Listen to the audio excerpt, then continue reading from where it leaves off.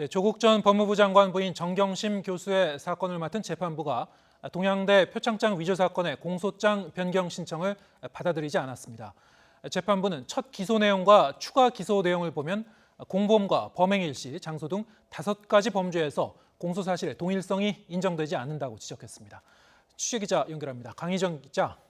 네, 서울중앙지방법원입니다.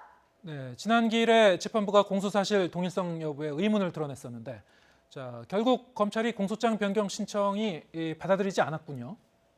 네, 오늘 오전 서울중앙지방법원에서 정경심 교수의 동양대 표창장 위조 사건 세 번째 공판 준비 기일이 열렸습니다.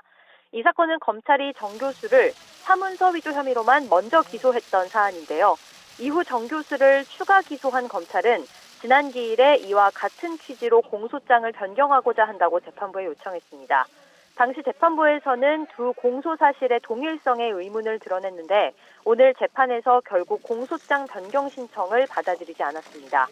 공범과 범행 일시, 장소, 방법과 위조 사문서 행사 목적이 모두 중대하게 변경됐다며 공소 사실 동일성 인정이 어렵다는 겁니다. 예를 들어 지난 9월 첫 기소 당시 검찰은 표창장 위조 시점을 2012년 9월 7일이라고 공소장에 적었습니다. 하지만 추가 기소한 공소장에는 시점이 2013년 6월경으로 돼 있습니다. 범행 장소도 첫 공소장에는 동양대 학교로, 추가 기소 공소장엔 정 교수의 주거지로 특정돼 있습니다. 공범도 마찬가지입니다. 첫 공소장엔 성명 불상자가 공범인 반면 추가 기소 당시엔 딸을 공범으로 적시했습니다. 재판부는 이와 같은 5가지 내용을 하나하나 열거한 뒤 동일성이 다르다는 이유로 공소장을 변경하기 어렵다고 설명했습니다. 네, 여기에 대해서 검찰 반응은 어떻습니까?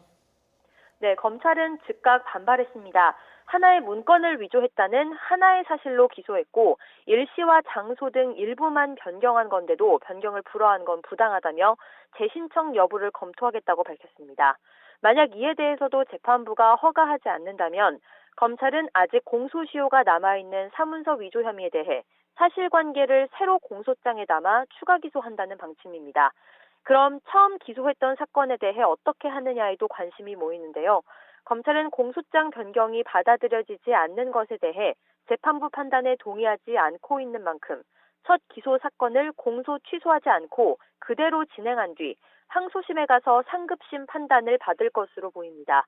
그렇게 된다면 첫 기소 사건은 그대로 재판이 진행되고 추가 기소된 사건 그리고 새로운 내용을 담은 사문서 위조 혐의 추가 기소 사건에 대해 또 별도로 재판이 진행될 가능성이 있습니다.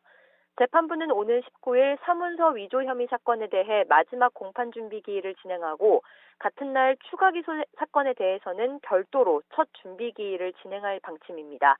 변호인 측은 당연한 결과라는 입장입니다.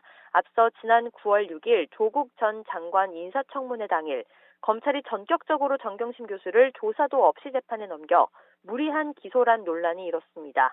이 때문에 정 교수 측 변호인단은 동양대 표창장 위조와 관련한 검찰 공소장이 백지 공소장이라고 주장해왔습니다. 재판이 끝난 뒤 정 교수 측 변호인은 재판부의 공소장 변경 불허는 당연한 결정이라며 검찰이 정무적이고 정치적인 판단으로 서둘러 기소했다는 게 드러났다고 밝혔습니다. 지금까지 서울중앙지방법원에서 YTN 강희경입니다.